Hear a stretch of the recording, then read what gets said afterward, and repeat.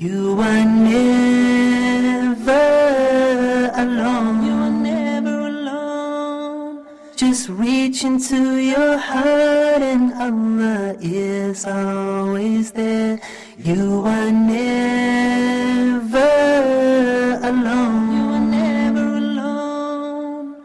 Through sorrow and through grief, through happiness and peace. Assalamu alaikum wa rahmatullahi wa barakatuh. Thank you for patiently waiting and welcome to another episode of Family Issues. Assalamu alaikum wa rahmatullahi wa barakatuh to all of our Huda TV, not viewers, but family all around the world. Today I'm joined by a good brother, a brother I met a couple years ago in Los Angeles, California, and that is Brother Abdul Salam. Assalamu alaikum, brother. Wa alaikum salam wa rahmatullahi wa barakatuh. Actually, you've been with me on Viewers Pulse. You've been with me on the Hajj Day today. Yes. And you haven't been with me on Let's Talk, though. Did we do that stuff? I don't think so. Inshallah ta'ala soon. Okay, I have to write that in my... And brother, before the episode's over, you're going to have to do it in the sheet for us, because you can't come here without doing it in the sheet. I hope so, man. You see, I got my cup of tea out here, man. I'm just, my voice is just recovering from a little cold, but inshallah... No, I'm just giving you a hard time. You don't have to. Okay. I want to remind the viewers, I forgot, Brother Salam, our phone number, of course, is 00202 3855248 or 249. I can even say it without looking at it. Can you say it? 00202 38 555 248 or 249, and we're live, and please give us a call. FamilyIssues@huda.tv is our email. Abdul Salam, that's FamilyIssues@huda.tv, or on Facebook.com/FamilyIssues, Facebook.com/HudaTV, and also they can check us out on YouTube, and please support us on YouTube and social media, YouTube.com/HudaTV, inshallah ta'ala. Brother, our topic today is friendship, making friends. The importance of it in our lives, and it's important in our lives as adults and young people, isn't it? But it is for both, right? Mm-hmm. But at what point is it more important, do you think? At what point is a person more influenced by his friends? Allah knows best, but I would say that, in those teenage years, and even when they're young, I have a little son, he's about almost 2 years old. And when he hangs out with his cousins, they're like 2 and 3 and 4. Like dad.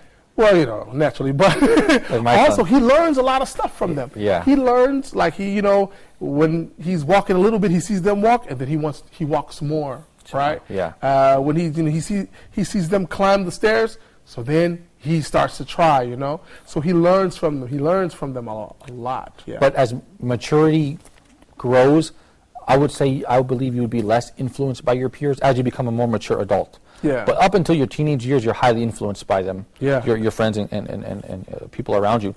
My son is 3, and when his little cousins come around, he wants to break everything, run around, ride motorcycles and all that, because he's influenced, of course, by his friend.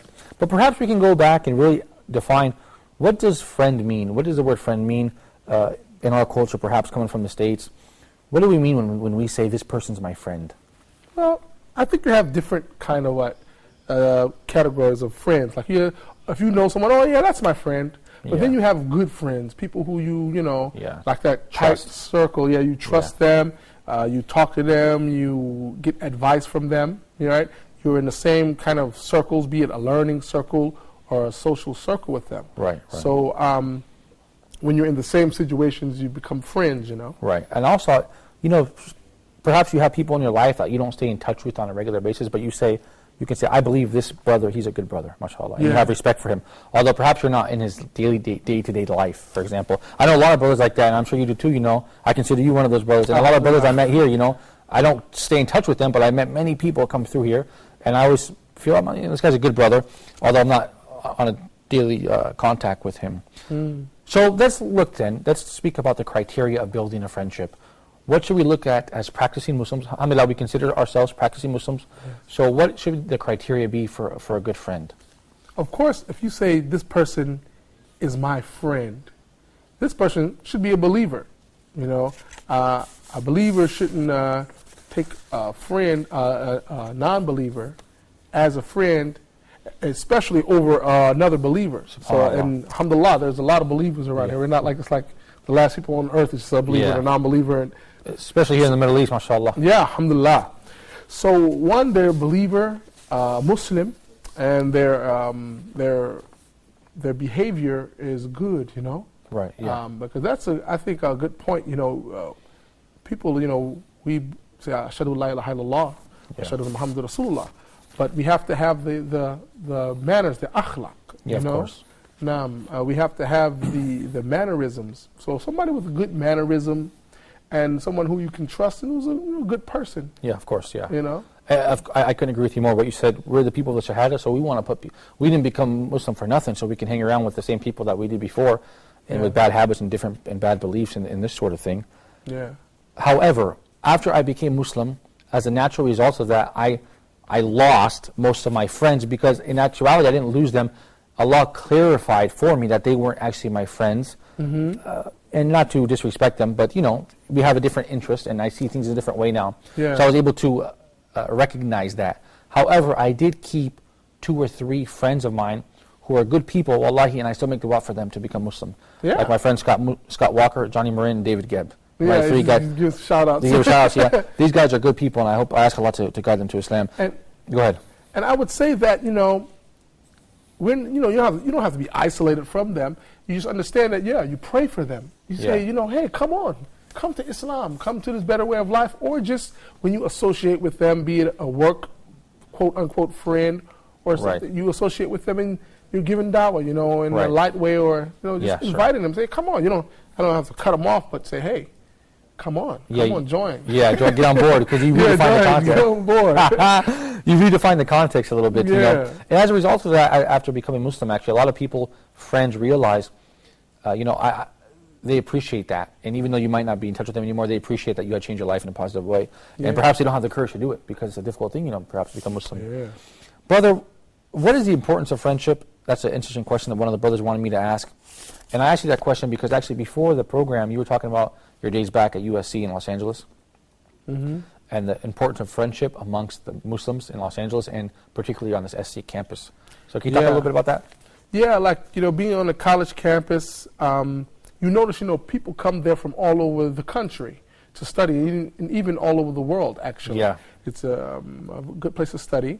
And, they leave their family, and especially like the Muslim community there, you have young people, they left their families, they come here, they're new here, they don't know anything. And that's the middle of Los Angeles. Yeah, University it's crazy. Of Southern California is in the middle of Los Angeles. Yeah, it's kind of wild, Yeah, right. But, alhamdulillah, they have a nice, tight-knit community there of Muslims, and they're like their student associations and stuff like that. Right. And it's beautiful. They, the brothers get together and the sisters, they get together, and they comfort each other. Like if it's one sister in hijab all by herself walking in the street, then it's like, okay, she feels more comfortable when it's her and her friends, all 5 of them are walking to class, or they feel, in a comfort zone. Right. When you have someone else, the lady over here, she's dressed however, and the guy over here, he's dressed however, but they're together. Some of them are wearing lihya, the brothers are wearing the caps, and they're establishing their Muslim identity together, and they feel comfortable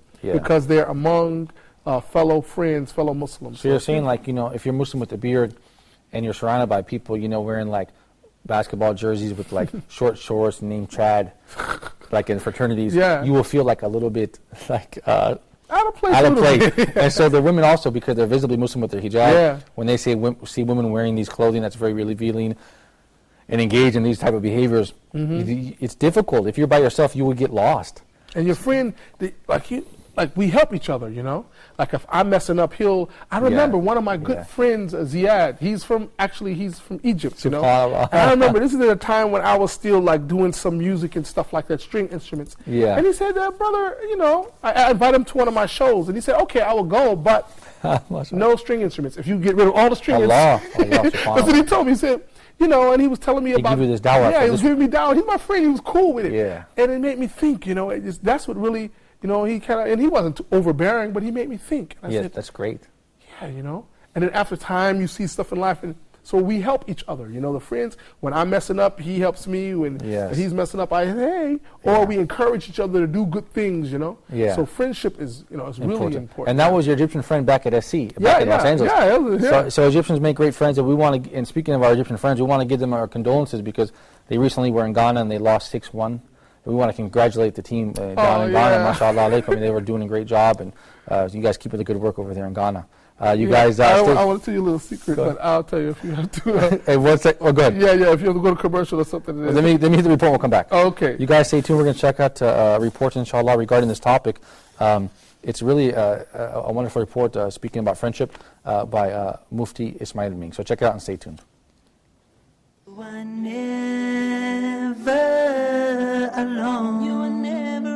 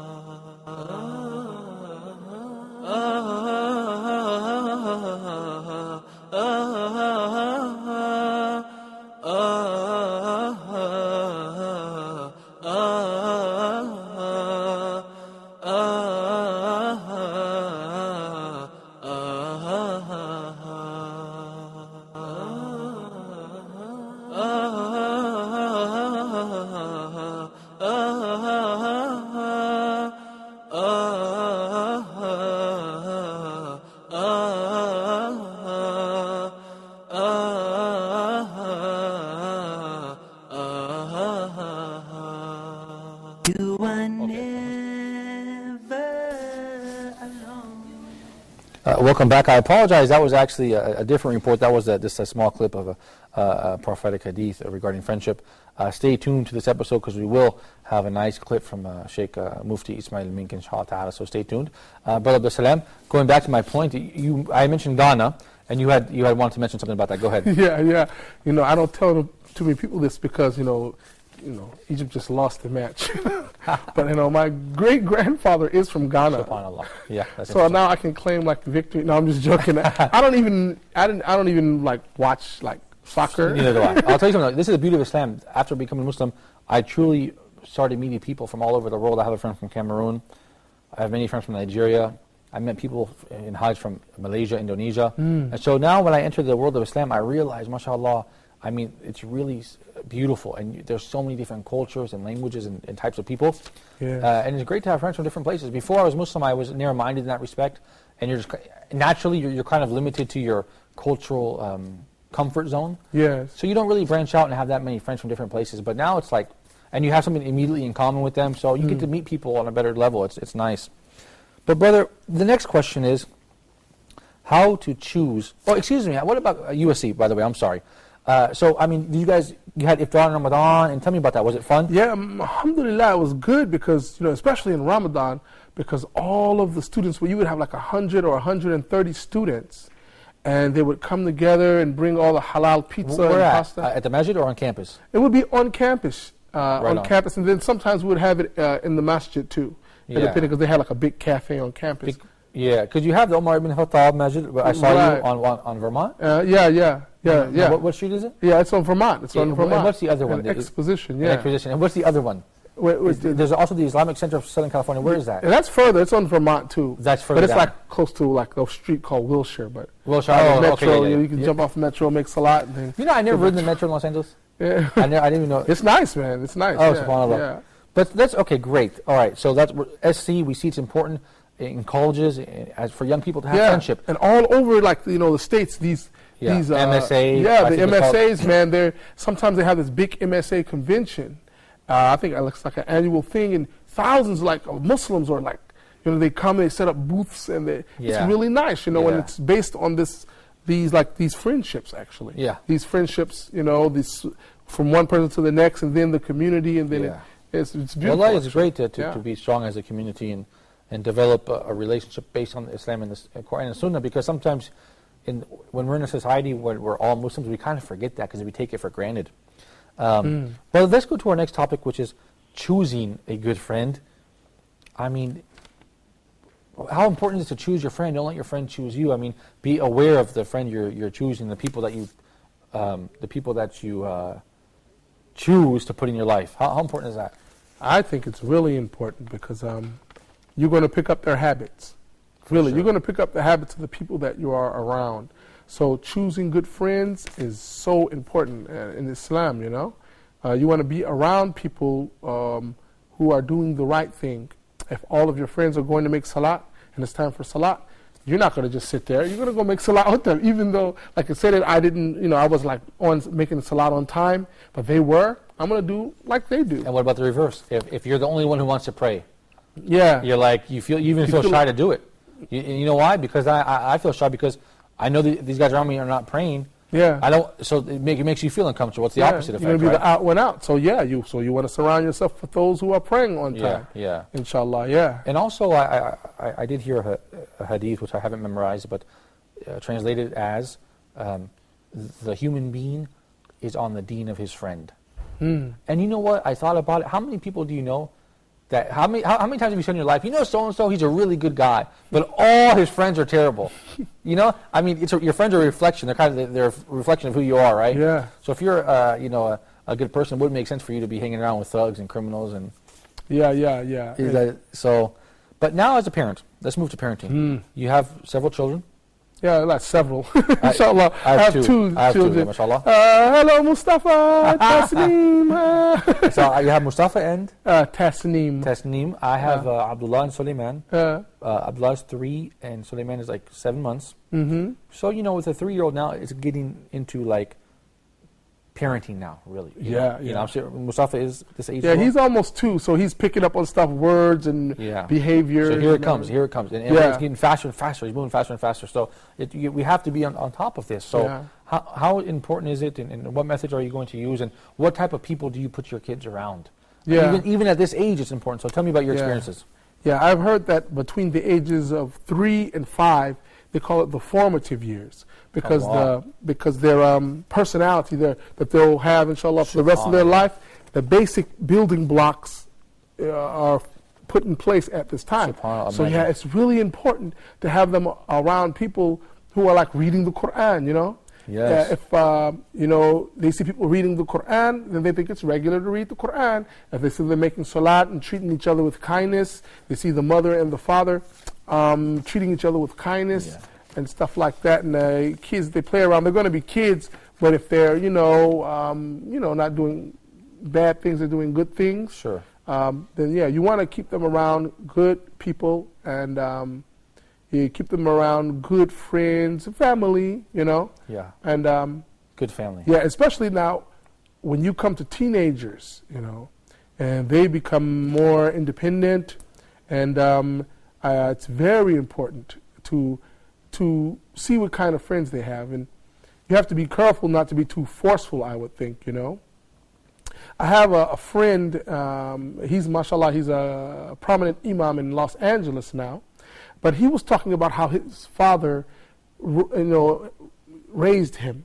And he said his father wasn't overbearing when it came to his friends. He would just give him like little hints, like, choose your company, and like this, say little things. He wouldn't say, you better. He would just give him like slogans, and stuff like that, because you have to really try to instill in them the right thing, because once they become teens and become a little more freer, then they're going to have to choose their friends. If you see something, because when they're out in the streets, you can't be with them all the time. Now, if you see something and you can advise them, but they're going to be naturally rebellious at the early teen age anyway.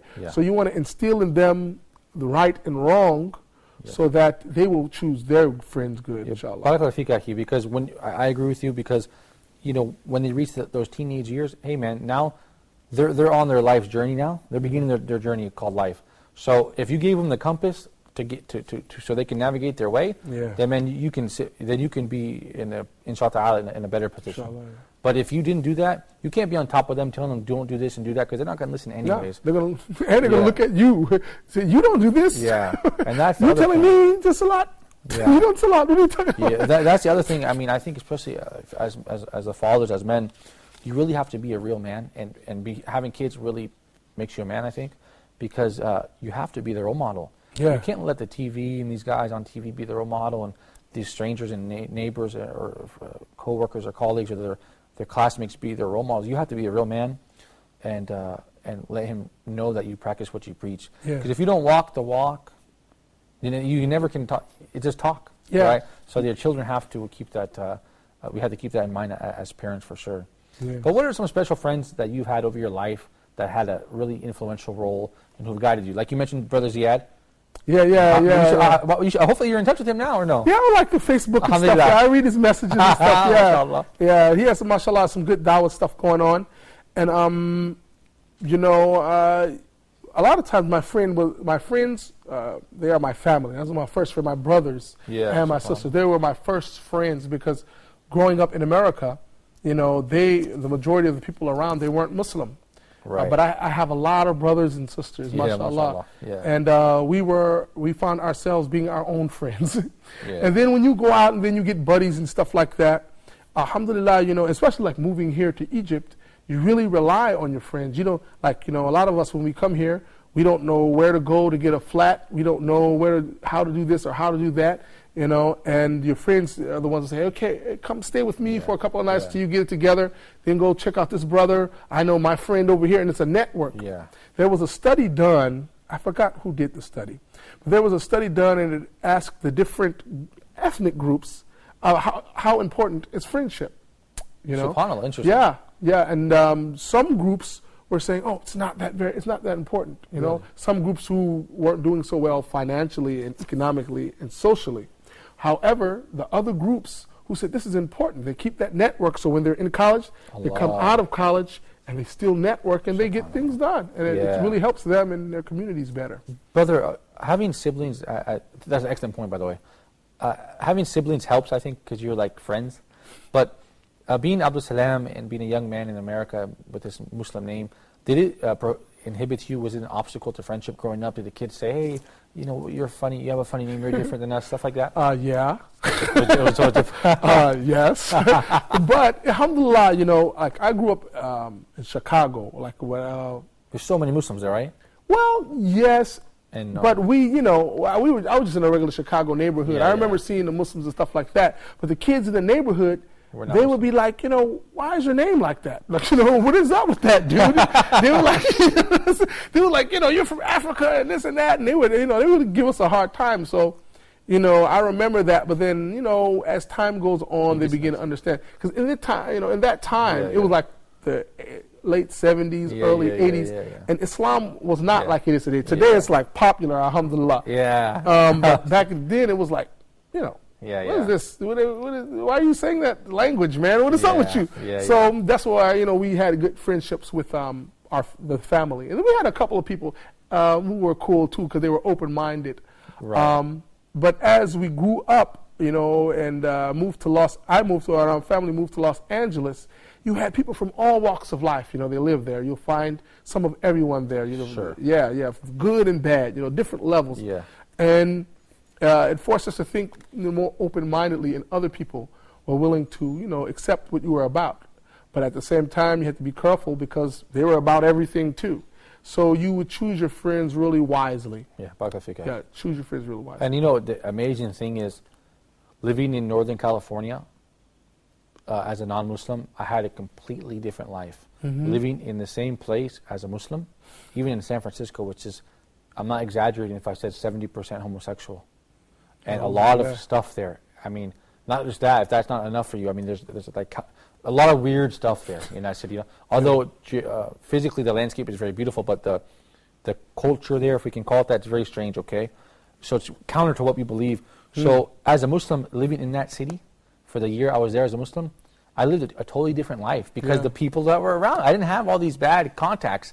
My phone, my internet, my Facebook, my friends, they were all Muslims, most of them, and they were like practicing Muslims, and we have our masjid, and we just had our own little life there. So, controlling the input into your life, the things you can control, your friends and stuff, I think is very important. I mean, super important. You changes your whole environment, subhanAllah. So even like, can I say, like you said, environment, you can even change your Facebook environment. SubhanAllah. If most of your friends on Facebook are Muslim, and most of them, they have good messages, they're putting hadith up there, they're putting Islamic stuff up there, then your whole Facebook environment will become a Muslim environment. Even if people want to advertise, they're going to see what you're into, and they're going to advertise like halal Muslim stuff, inshallah. So you can even make your Facebook environment, your friends and who you choose as friends and who you don't choose. If someone's all crazy, well, no, I'm not going to. Even to this. Even if someone sends me a friend request, I look at their profile real too. quickly, you know. That's It's, okay, mashallah, they have the hadith in there, you Exactly. know, sunset and beautiful things. Because I don't want to open up my Facebook or my social media and I get this totally wicked Yeah, picture you of could- bad stuff. yeah. Because this is Be my careful, environment. yeah. I want to protect my iman, you know. Yeah. So then, unfortunately, you might add somebody or you have a friend from the old days that you don't want to delete him. Hey, he was my friend. I want to give him a chance. I want to give him dawah. And then he's posting some stuff. Now it's man. like, okay, delete that, unfriend. And then they write you back and say, why'd you unfriend me? They're like, dude. One guy, I had a friend, maybe I shouldn't have done this because I hadn't talked to him in 2-3 years. He's a non-Muslim. He's my neighbor. I should have taught him better. I should have thought this through better. Actually, he didn't talk to me anymore after I became Muslim. I feel he doesn't like me anymore. So I deleted him. After 1 year, when I went back to the States to see my mother, he saw me. The first thing he said to me is, why'd you delete me on Facebook? Hey, man, that's a violation. Don't delete me, man. So it's interesting. But yes, to control the inputs on Facebook and social media, it's important because you want to open that up. You want to see hadith and positive things. So how important Facebook, Skype, Viper, Twitter, all this stuff, how important is that as well in general? It's a big blessing from Allah, isn't it? But it has a double-edged sword, right? Double-edged sword, tell right? me about that. Yeah, it's like anything, it could be used for good or bad. You can use it for dawah. You can use it for keeping in contact with family. Right. These are beautiful things, but at the same time, a lot of crazy stuff out there. It's like the world. Yeah. So you have to, choose your friends Yeah. well, and for the young teenagers and stuff, it's really important because you can put one message out there, and then you can ruin someone's reputation. You can put one picture out there, or something that another brother brought to my attention. If I put something negative out there, you affect a lot of people. what if 1,000 people watch it? What if 1 million people watch it? This is on my soul. Yeah. It's my responsibility. It's like great point. But on the other side, if you put something beautiful there, and something from this beautiful deen of ours, Islam, and people enjoy it and they're inspired by it, you can touch 1 million people, inshallah. And this is something that's also on your soul. Yeah. So this is, it's a little heavier nowadays when you talk about, you say one word and it spreads like, wildfire. Yeah. Let's continue this topic after the break, inshallah. Inshallah. You guys stay tuned to Family Issues. We're here, Brother Abdul Salam. Give us a call on the live, you guys, at 0020238 248 or 249. I'll be right here. I'm waiting for your phone call, so stay tuned. Never alone. You are never alone.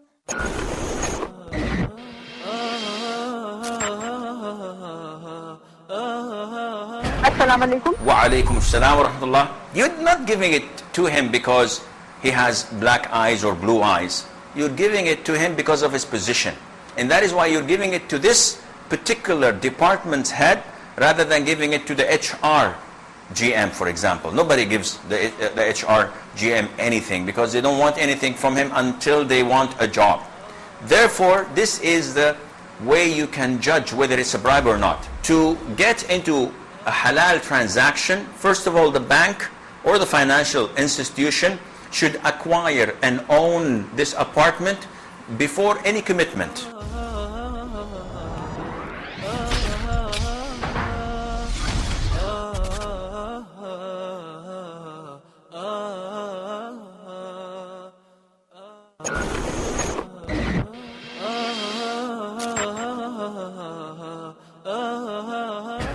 Welcome to Tech Talk. I'm your host, Omar Shear. This season of Tech Talk, we will focus specifically on the internet. A student would type their paper, and instead of handing me a hard copy of their paper, they would upload it to this learning system, this e-learning system. I have some great experience when it comes to technology, and in particular, internet technology. Call to action is something that we do in our day-to-day lives, and maybe we don't realize it. Now we want to discuss, after you have a product and you have a website and you have a way to communicate with your customers, which would be your email marketing system, now it's time to take the money from the customer.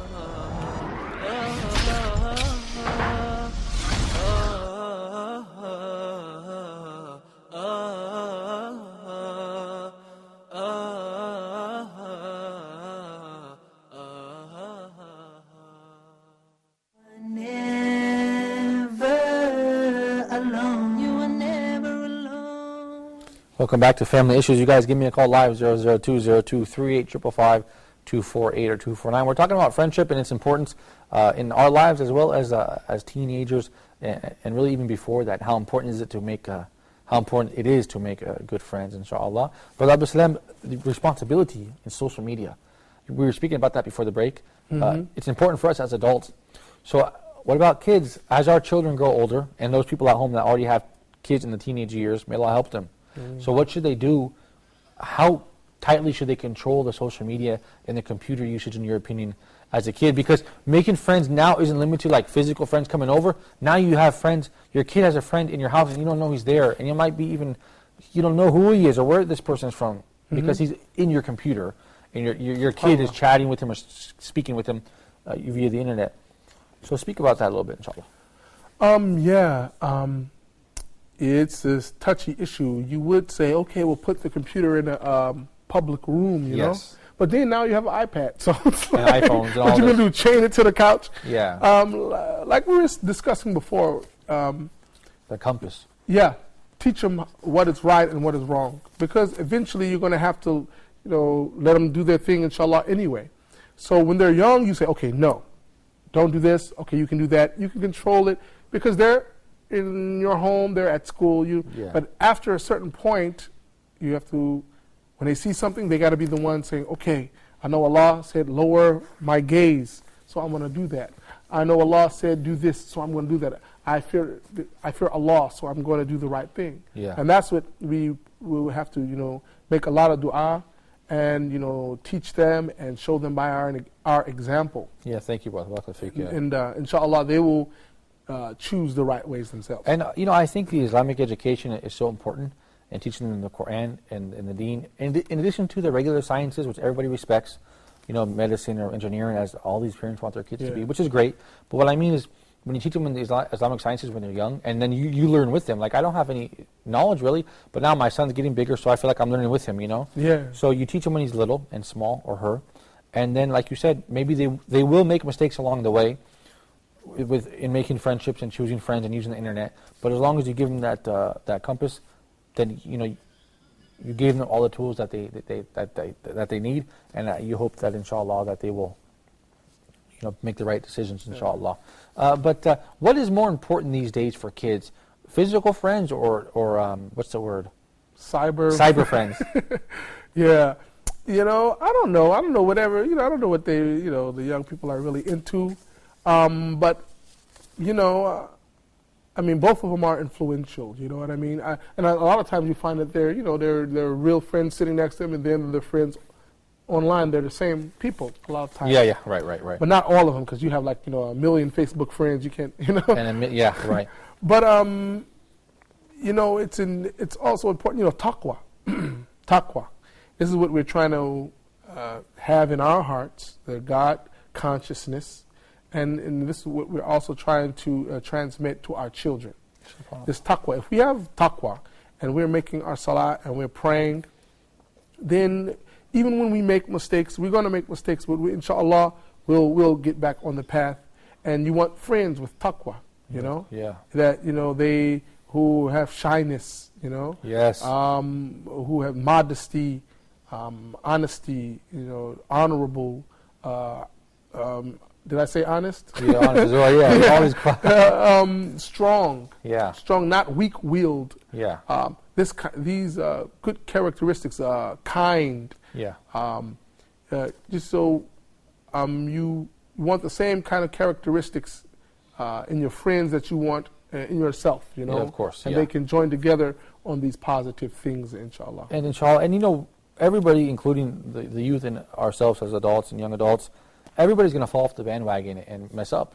But if you're close to the straight path, inshallah, then it's easier to get back on it. Yeah. But I see people, unfortunately, they're far away from the deen, and so when something happens in their life, they get further away from it, and they don't turn to Allah. And as a result of that, also, when you're far away from the deen, may Allah help them, and may Allah guide us all. Then, of course, your children learn from you, and it gets worse and worse. So we're going to take a look at an important clip from Sheikh Mufti Ismail Mink speaking about friendship, inshallah. We'll be right back. You guys stay tuned for more family issues. You are never alone. You are never alone. What is it that Islam teaches about friends? We need to know that we are governed, or we should be following a certain set of rules and regulations regarding how to interact with people whom we consider friends, and what we should be sharing with them, and how they should be impacting on our lives. And for this reason we have dedicated these few moments to share the teachings of the Prophet Muhammad, may peace be upon him, which are the teachings of Islam, with one and all. To start with, he says, يُعْرَفُ الْمَرْءُ بِخَلِيلِهِ فَلْيَنْظُرْ أَحَدُكُمْ مَنْ يُخَالِلْ. A person is known by the friends that he or she has, and therefore it is very important for every one of you to select their friends, his or her friends, very carefully, and to make sure that they have not befriended those who will have a negative impact on them. These teachings of the blessed Prophet Muhammad, may peace be upon him, are priceless. Because if he says a person is known by the type of friends he or she keeps, what we need to realize is that is exactly the way it will be. For example, and I'm going to give you just an example off the cuff, if a person's friends are all on drugs, there is a 99% chance that that particular person is also on drugs, even though they might hide it very well to their family members and others. And what is it in common between them if they were not on drugs? However, sometimes, and this is 1% of the time, where a person has 30 friends and all of them are on drugs and they are claiming that they are not on drugs, there is a 1% chance that they may be telling the truth. And perhaps they may be working on those friends of theirs. However, there is a greater chance of them deviating. And for this reason, you know, there is an English saying, birds of a feather flock together. It is important for us to know we interact with, we mix with people who are like-minded, people who think in a similar manner. Sometimes people ask us a question, and that question is answered also in the religion, that if I were to be in good company, that which is good for me, those people who are good for me, I might be bad for them. So how do I know who is in good company and who is in bad company? Well, the religion has an answer for that, and it teaches us that if you have a good impact on someone, it means they are in good company, they have good friends. And if you are having a bad impact on them, then they are in bad company, and vice versa. Which means if they are having a bad impact on you, then you have bad friends. And if they are having a good impact on you, even though you might not be that grand a person, then they are definitely good company for you. So that solves that matter.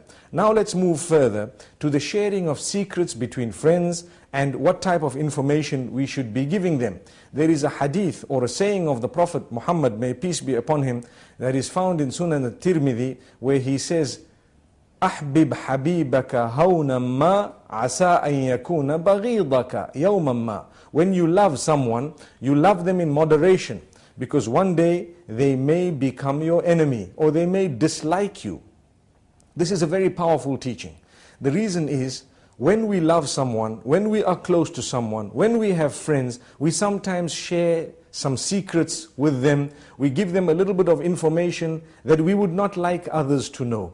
In that particular instance, we can become enslaved by that particular piece of information that they are holding, and then they can either blackmail us or they will hold it to the degree that they can make us do whatever they want, threatening to release that information. For this reason, it is important for us to know what type of information we give people and how much we give them. Thirdly, what we also need to know is, do not allow anyone who wants you to be their friend to actually be your friend. The reason is, you need to choose your friends. Do not let those who want you as their friend always be your friend, because they may not be material of friendship. We need to have circles of relation. When we say circles of relation, you have the innermost circle, and then you have a slightly bigger circle, or a circle that is made up of people who are not as close, and thereafter those who are not even as close as those, and thereafter just acquaintances. The reason we say circles is, there are some people who are so close that we can share much more with them, whereas others we need to hold them at an arm's length, with respect, with love, with care. love for our deen, for our religion, for our maker, for the entire community at large. But that love should be based on our understanding of what love is. It does not mean that you love someone so you drop all barriers and you let them have whatever they need and want. No. We need to realize that certain people are within a closed circle. There are others whom we might not trust that much. We might not have tested that trust yet. We might not know exactly where they're standing, and for that reason we won't share so much information. We won't enjoy such intimate relation with them and so on because of their distance with us. We must be beneficial to those who have befriended us or those whom we've allowed to befriend. If they are making a mistake, it is our duty to tell them that you are going wrong here. And if we don't tell them, we are going to be making an even bigger mistake. We are going to be responsible on the day of judgment. The Almighty is going to ask us, I made you a friend of so-and-so. Why did you not remind them of their duty towards me? You saw them going wrong and you'd never ever batted an eyelid. You never ever told them that what you are doing is wrong, what you are saying is wrong. Now, what we need to learn as well from this is never feel bad when you are corrected. Because sometimes when a person is corrected, if he or she feels bad, nobody's going to correct them in the future.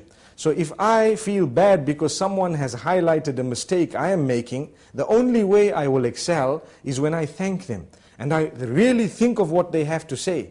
And sometimes I might feel that maybe they have not understood me properly. But the minimum is, I have taken their advice, I have not disrespected them, they have been genuine to me, they have corrected me, and I need to thank the Almighty that certain people are there to correct me. You are never alone. You are never alone. Welcome back to Family Issues. That was Sheikh Mufti Ismail Mink, I believe from Zimbabwe, giving us some really wonderful advice. Brother Salam.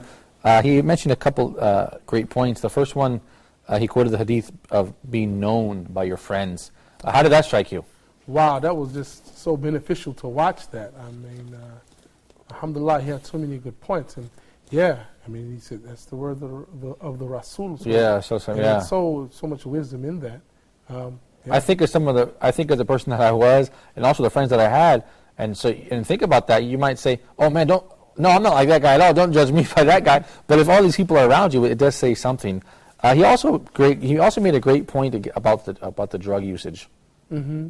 What do you think about that? He had some nice words. Yeah, that's right. I mean, if everyone's like drinking and or doing drugs, and then you have that one person who's not, over time, he's probably will so get away from them.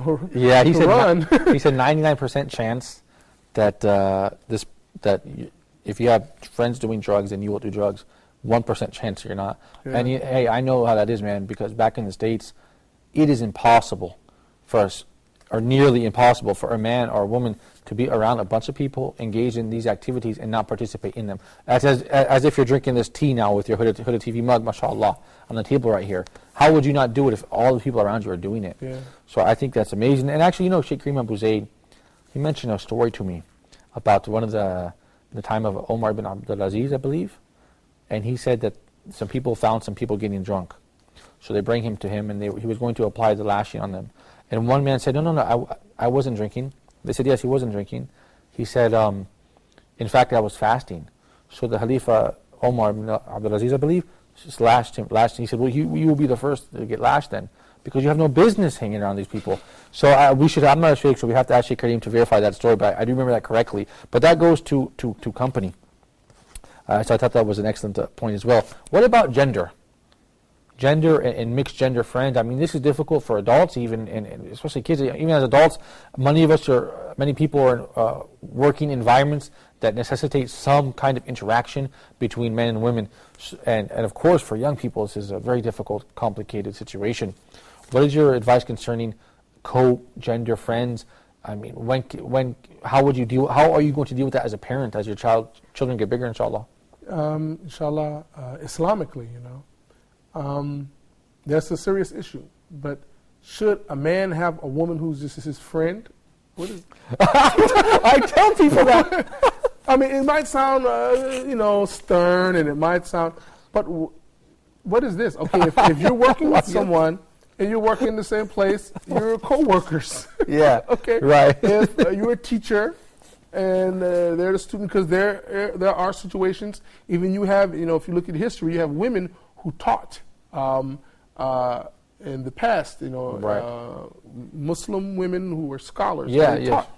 But it was in an environment that was conducive to this. If they had a hijab up, or they had a curtain, or it was within the sunnah. But what is this? Okay, she's my friend.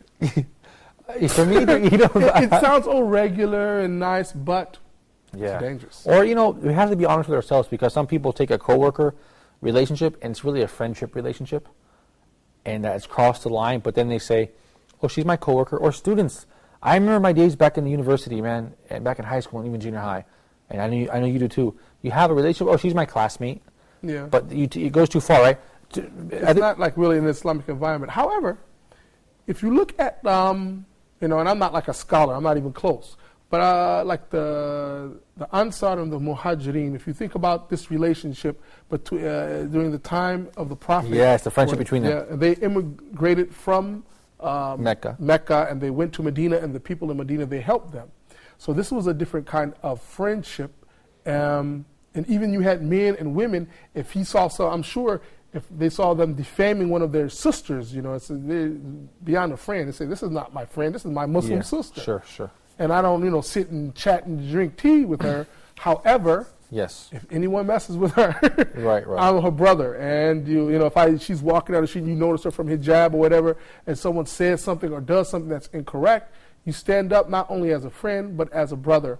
Or if you hear that a sister in the community needs some help, and the brothers and the sisters have some money or something that they can help out with, so it's beyond a friend. Yeah. It's a community relationship. Yeah, this is your sister. Yeah. And there's etiquette in dealing with your sister, your Muslim sister. Yeah. Thank you, Rakib. And I wish that people in the States would have this kind of, and some of them do, this kind of understanding, because sometimes we are so strict about cutting off the communication between the two genders that, look, especially when we're in a society like the States where we are the minority group, you need to be able to help people when they need help, and like you said, loan money or facilitate something that they need as a community. So it's a delicate situation, to say the least, but that is important. I just mention one more point on that. Yeah, not going overboard. If I'm not educated on how to interact with my sister, then I can go overboard. The brother, have taqwa, and I, will be overboard. So I have to even educate myself more, and educate yourself on how the Prophet prescribed. How did the Sahaba, how did they interact? Right, certainly. How did the first and second generation, how did they interact with each other? Certainly. And then we got our blueprint. We don't have to reinvent the wheel. Yeah. But see how they interacted with each other and roll with it. Yeah. Here at Huda TV, I work with mainly men, but I do remember the work environments that were with women. And it's challenging, but if you're honest with yourself and you fear Allah, may Allah help you get through it, and you can have a formal, respectful, professional relationship, exchange emails through work-related topics and that sort of thing. But it's difficult, it's challenging. I mean, as practicing Muslims, I would definitely say it's challenging. So imagine now for a youth, a teenager, what will you do when your boy Mustafa gets bigger and he begins to talk to the girls and this sort of thing, and my son as well, Abdullah and Sulaiman? How will you deal with that? I suppose you have to talk to them before they get to that point and to coach them and educate them, inshallah, education and information and knowledge is beautiful, because when you have knowledge of the correct way of life, then it opens up your mind and you know which way to walk. Yeah, certainly. You educate them on the right way to walk. Certainly, and make dua that Allah will put the taqwa in them, that they will walk that way. So you try to keep them in Islamic environments. If you can, send them to, and when they go to school, have a school, an Islamic school where you have good people there, the brothers and the sisters behaving in a way that is correct. Yes. And when they come of age and they come to a certain age when it's time for them to get married, you help them. Yes. And not starting with how much money they make, or what kind of family they have, or what race they are. But you start with taqwa, Yeah. Right? Or even how pretty they are. You start with taqwa. Yeah. And you help them. You help them get married at a, even if it may be a little younger than people may. But look, if you look at the young people, they're doing things before they, get older and older and older. So if Allah blesses us to, help our children get married and establish themselves like this as soon as possible when it comes to those kind of things, the interaction between men and women, that would be good. I think the facilitation of the marriage at an early age is important because, brother, people in the States and back home, they always say, gain some experience. Don't get married right away. Don't throw away your life. Have some fun first. I really believe the opposite, and I used to think like that, but as a non-Muslim, but it's important to marry early, to have a lawful way to experience your desires, and that's very important, getting married early, and don't be an obstacle as a parent to that, especially in the Middle East. It's so difficult. I see a lot of these young men, I know people in their 40s who are trying to get married and they can't afford it because the situation, the culture, prevents them from doing so, and this is why the munkar is spreading, because people say, hey, I don't need a wife then, I can have girlfriends, and they begin kind of adopting this kind of bad culture. We only have a minute left, brother. What about Facebook groups? Because now it's become very specific. You can find a Facebook group concerning any kind of certain topic. So you really have to be careful about what your kids are getting into, because they can find, if they develop some sort of bad habit, they can really find it online.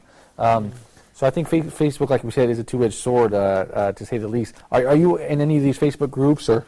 I think I got some groups.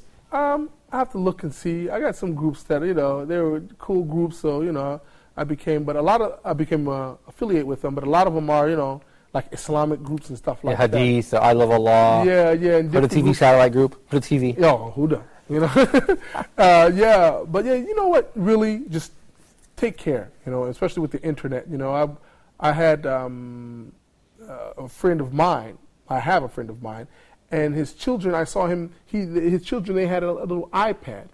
And, alhamdulillah, now with Google, you can say something. Yes. And it searches. It searches from the voice now. So, and these kids, they're from here. They're from Egypt. So their pronunciation is not all that good in English. So they'll say something and they're trying to say something else, and then anything will pop up. Right. Yeah, so they'll be trying to do something innocent, looking for something innocent. And something bad will come up. Something bad will come up. Yeah. So we really have to take care with the internet. We do have to take a lot. And they got to definitely contact Omar Shear at Tech Talk at Huda.tv. We got to ask him, because he did a whole program about this, about how to put the locks on your computers and stuff for the kids, man. Tech Talk. Okay, I got to watch Tech Talk. And then then I'll know what to do, because it's important. The internet stuff it's very interesting. It's like this thing in your home, or even an internet cafe. Yeah. And, it's dangerous. It's the world at your fingertips, subhanAllah. Yeah, and it's beneficial, but it's dangerous too. SubhanAllah. Barakallahu feek. Thank you for your time. So I'll see you next time, inshallah. Thank you, I certainly appreciate it. And you guys, barakallahu feek, you guys at home, stay tuned to next edition next week, inshallah ta'ala. We hope to see you then. Until next time, I leave you in the care of Allah. Assalamu alaikum wa rahmatullahi wa barakatuh. Never alone, you are never alone. Through sorrow and through grief, through happiness and peace, you are never alone. So now, as you long for your past, prepare for your future, but knowing nothing's gonna last. You see, this life is but a road, a straight and narrow path to our final abode. So travel well, O Muslim, and paradise will be your home. And always remember